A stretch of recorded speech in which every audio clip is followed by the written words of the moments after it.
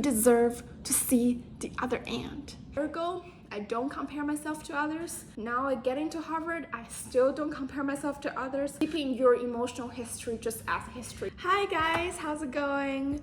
I can't wait to share this with you because I just got off a phone call with my parents who were in China, and we chatted a little bit about my sister's education for her, like in the long run. My sister is much younger than I am. She's also a student in China right at the moment, and she got into the same high school that I went to 8 years ago or 7 years ago. I graduated, like I come to America, well, I'm not doing the math here, but a while back.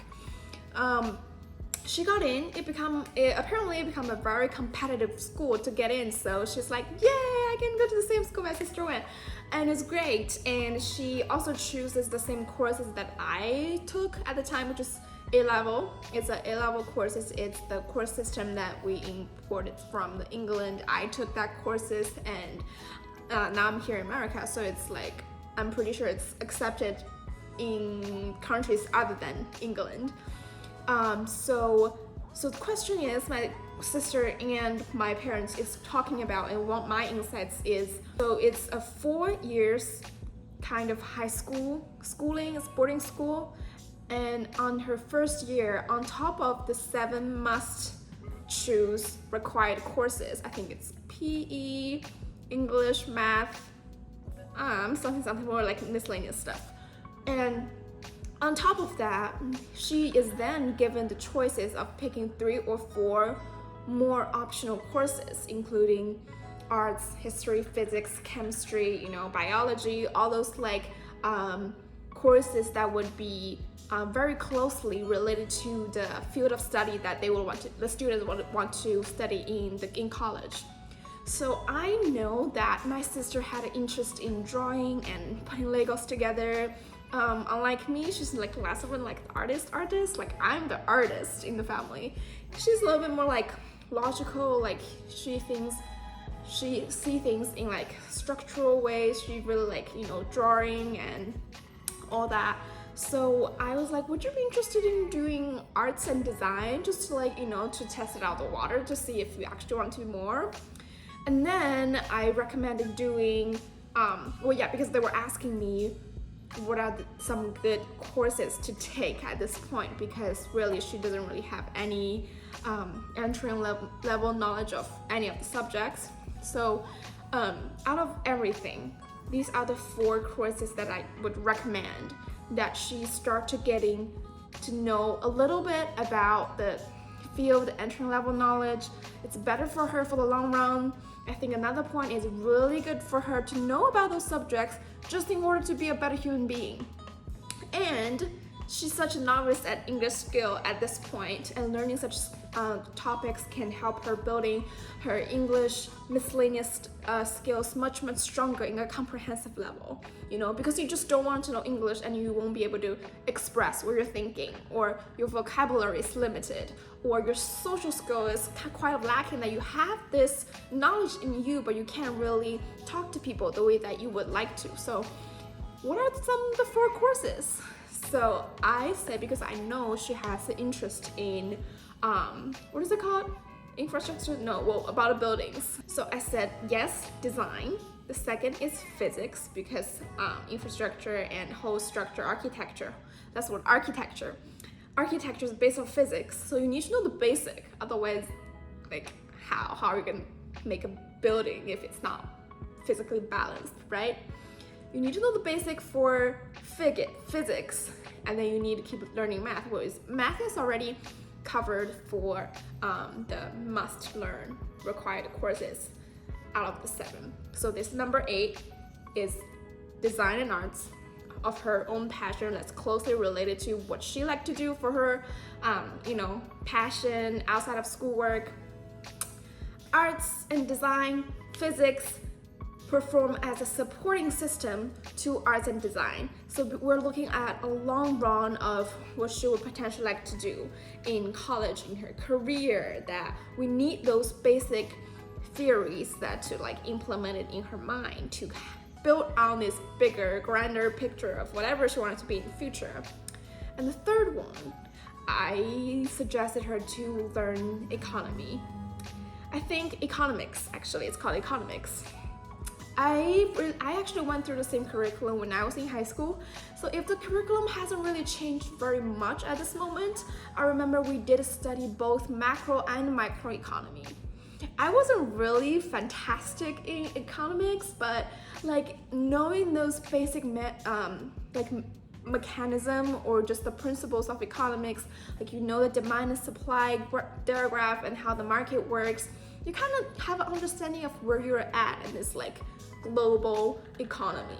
And I think it's just one way of really, it's just nice to know that you are surrounded in this money-oriented world. Not all of the world is, but a huge part that we're based off of this monetary life, that we wanted to know that in order to be a better human being in the long run, we wanted to start to know more information, like bit by bit in different areas. So that's 3. And the fourth one is where my sister is having doubts about. Like she's like, I don't know, like everybody says like that course is so hard and then nobody's actually picking that one, and why should I? And that one is history. I get it, it's like history is so much reading and then it's a lot of writings, and even like the exam is writing essays in like 45 minutes. And I remember that back in the day when I was taking history classes, like there's only like not even 15 people among the whole grade who eventually chooses history and study it for the whole 4 years. I studied it 2 years because I went through a different kind of system. I went like a fastened curriculum, so combined the first 2 years class load into one. So I did 3 years in that 4 years, but that's no longer option right now. So my sister is just doing one load, like one 4-year round. So G1, G2, AS, A2. And I look it up, like what are the syllabus for G1, G2, like the IGCSE courses for history. It gives options of studying the world history. So A-level history is about American history, and I studied the whole that kind of like curriculum and stuff. But IGCSE is actually, you got the chances of exploring European history, like China history, that's the part that we don't really talk about. I'm not sure if that's gonna make it to the cut, but we'll see. And I get it, like my sister is super stressed. She's like, but nobody's gonna choose history. Like, do you know how many like smaller cohort there are for like in economics and business class and physics? There's probably not even like 10 people who's gonna choose history. I don't want to be in that group who's like a minority. But I'm like, no, girl, do you know who eventually make it out to that history class of my year? I think it's only 13 students in my history class when I graduated. One of them go to Imperial College, become one of the minimum number of female politics that I have so much respect for. And they just always ended up in somewhere like, not the majority end up in, like especially for, people who are coming from our background, that English is not really our mother tongue. And history is a channel for you to open your mind to the history of the world, that you kind of like have an understanding of how does this society have formed throughout its years and centuries, and all those parts of memories and stories from different people all over the world to move to this point of revolution. And having that and adding to multiple layers of perspective on top of you is one really great way of practice your critical thinking.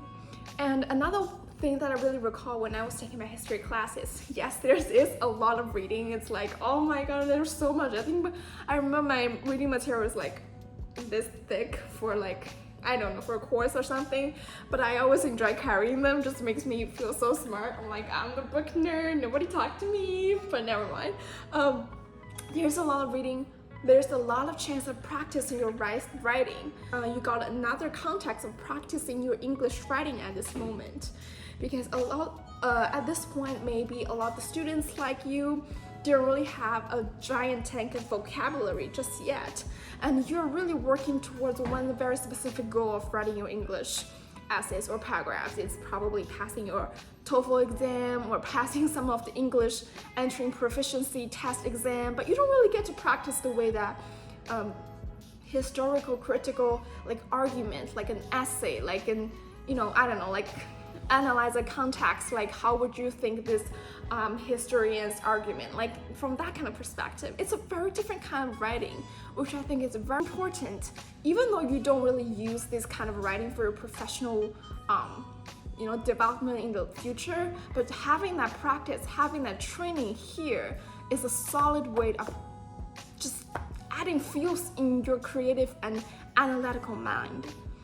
Another thing is that I keep saying, like I learned this in my acting training, is be self-analytical but not self-critical.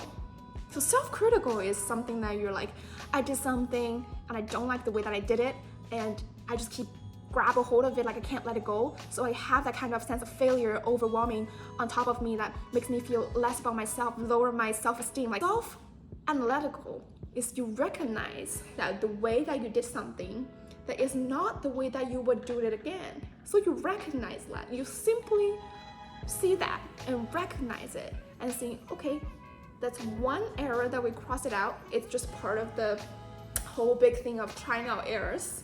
And then we have one option, cross it out. Now we're one step closer to the way that I would want to do it eventually. Have that positive mindset and keeping your emotional history just as history. And I would just say, like, let go of the consequences and results, because at this point it's so much about the process. It's about making those mistakes. It's about doing those extra work, because like we are young. Like my dad always tell me when I was my sister's age is, you are young. Like right now you have all those energies. Like you're in a great spot, you're in a great school, you are exposed to those great resources. Now it's the right thing for you to do, to use those resources, to have those time dedicated to do the things that you as a student should do. Do the thing that are right for you at the moment. The thing that are right for you at the moment might not be the thing that are right for you for other people. So I constantly just like have to remind myself that just like comparison just not it. Like I don't compare myself to others at all. Like that's not true. That's the goal, that I wish to not compare myself to others.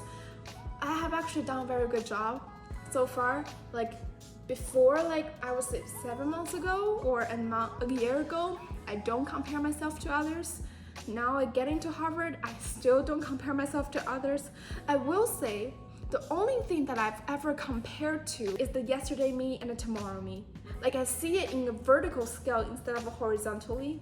Like I would only compare myself with my past and see the improvement and allow myself room to sit back, because it's a spiral development. You just don't get there like that. It's just not how growth happens. But please give yourself a lot of grace. It's gonna be okay.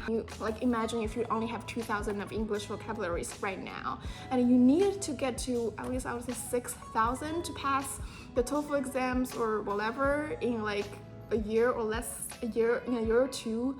It's not gonna be easy. It's a lot of hard work. You're gonna wake up and then you have to like dive into those vocabulary, dive into those dictionaries and work your ass off to get those things implanted in your mind. Okay? And expanding your vocabulary is just one very tiny example that I could provide for my students like my sister at this point. It could look so much differently for different people. It could look like, I don't know, you need to learn different language like my sister, or you need to really practice one very specific skill in a specific field, and you feel like it's tedious. You feel like it's like there's no way out, and like why are there one after the other? There's just no end. But I promise you, you deserve to see the other end. And the channel that brings you from where you are at here to the other end is by you need to do the tedious work to enhance that skill, expertise in that domain. Please leave a comment if you relate to what I'm talking about, and if you have any questions about studying, about learning English, about A-level courses, applying to school, culture shock, going to studying abroad, like welcome everybody's comments, and I hope to see you soon. Thank you for watching.